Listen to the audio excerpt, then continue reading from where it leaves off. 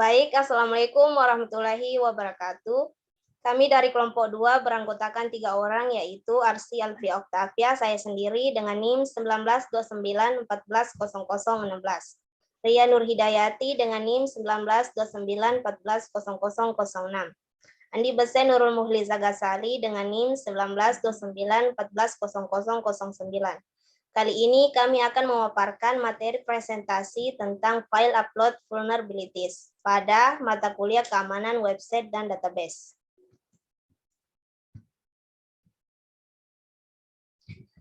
Pada poin pertama yaitu definisi file upload vulnerabilities. Dalam terjemahan bahasa Indonesia, definisi vulnerability ialah kerentanan yang merupakan suatu bug dalam sistem atau infrastruktur yang dapat memungkinkan akses tidak sah ke sistem, di mana kesalahan ini terjadi karena kesalahan dalam memulihkan, mendesain, atau mengimplementasikan terhadap suatu sistem.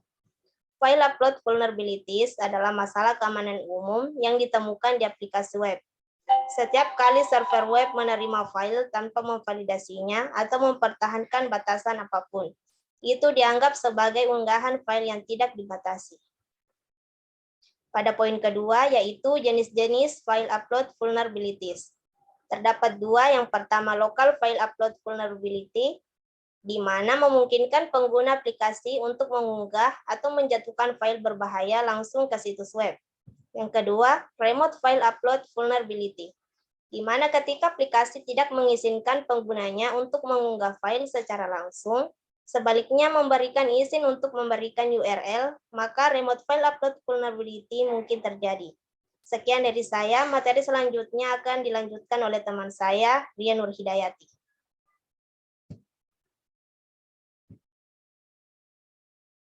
Baik, terima kasih. Selanjutnya saya akan melanjutkan materi dengan poin dampak file upload vulnerabilities. Terdapat 4 poin. Yang pertama yaitu remote code execution, yang kedua denial of service, yang ketiga adalah web defacement, yang keempat adalah phishing attack. Yang pertama yaitu remote code execution atau eksekusi kode jarak jauh. Hal yang paling berbahaya.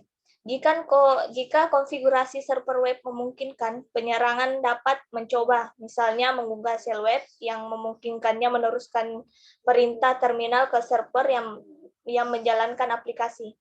Perintah-perintah ini kemudian dapat dengan mudah dikirim ke server melalui browser. Yang kedua yaitu denial of service. Jika kode aplikasi tidak memvalidasi ukuran file atau jumlah file yang diunggah, penyerang dapat mencoba mengisi kapasitas penyimpanan server hingga tercapai suatu titik, di mana aplikasi tidak dapat digunakan lagi. Poin yang ketiga yaitu web defacement.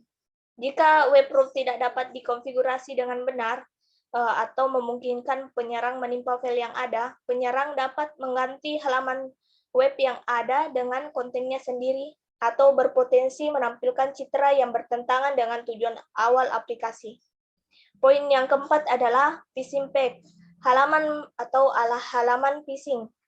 Mirip dengan contoh sebelumnya, penyerang juga dapat melanjutkan hanya sedikit memanipulasi halaman yang ada untuk misalnya mengekstrak data sensitif, mengirimkannya ke tujuan yang dikendalikan oleh dirinya sendiri. Baik, terima kasih. Itu selanjutnya presentasi akan dilanjutkan oleh teman saya, Andi Besen Nurul Muhliza Gasali. Baik, terima kasih kepada Ria Nur Hidayati. Selanjutnya saya akan melanjutkan presentasi. Nah, pada step ini saya akan menjelaskan cara mencegah file upload vulnerability. Yang pertama, terapkan daftar yang diizinkan yang hanya berisi file yang benar-benar diperlukan untuk fungsinya aplikasi web. 2. Batasi ukuran file hingga batas tertentu. Ketiga, buat file baru untuk semua file yang diunggah atau hapus semua karakter yang berpotensi bahaya seperti karakter kontrol, karakter khusus, dan karakter Unicode. Keempat, gunakan kerangka kerja validasi yang sudah diuji dengan baik untuk unggahan file. Terus yang kelima, hapus data EXIF dari file yang diunggah. Yang keenam, menghosting file yang diunggah di domain terpisah dari aplikasi utama untuk mendapatkan perlindungan melalui kebijakan asal yang sama selama memungkinkan eksekusi JavaScript.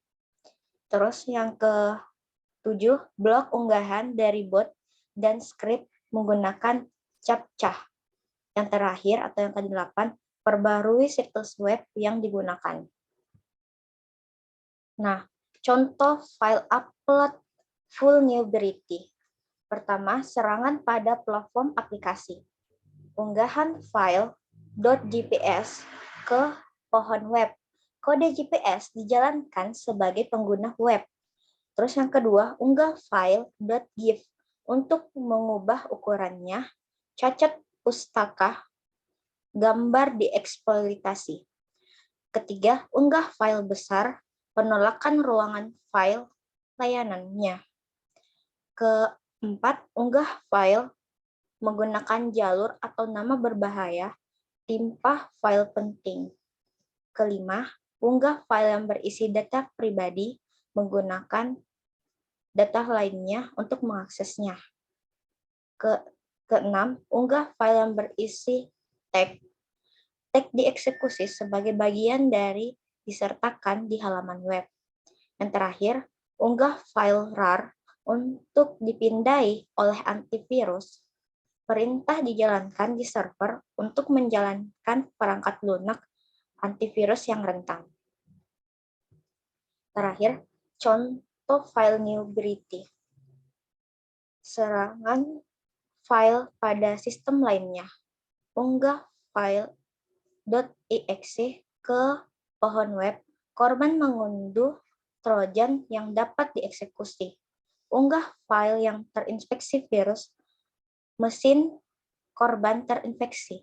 Unggah file .html yang berisi skrip, korban mengalami cross-site scripting atau XSS. Unggah file .jpg yang berisi file flash, korban mengalami pembajakan konten lintas situs. Unggah file .rar untuk memandai oleh antivirus, perintah dijalankan pada klien yang dijalankan perangkat lunak antivirus yang rentan. Sekian dari kelompok kami. Wassalamualaikum warahmatullahi wabarakatuh.